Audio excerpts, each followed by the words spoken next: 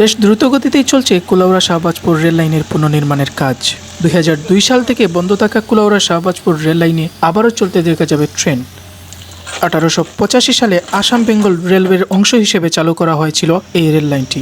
পরবর্তীতে 1896 সালে কুমিল্লা আখাউড়া হয়ে শাহবাজপুরের রেলযাত্রা শুরু হয়।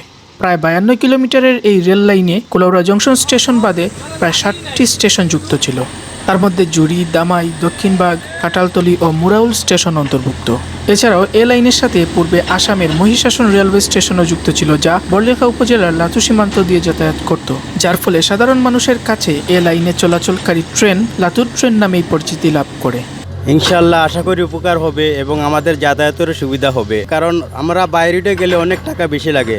রেল যদি হয়ে যায়, আমরা রেলে যাতায়াত করলে টাকা কম লাগবে, এটা আমরা উপকৃত হব।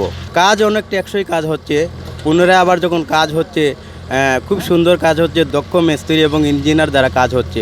আশা করি কাজ ভালো হবে ইনশাল্লাহ। এই লাইনটি পুনর্নির্মাণের ফলে জুড়ি ও বড়লেখার মানুষ বেশ উচ্ছ্বসিত। সীমান্ত ঘেঁষে দুটি উপজেলার মানুষ আবারও যাতায়াত করতে পারবেন ট্রেনে।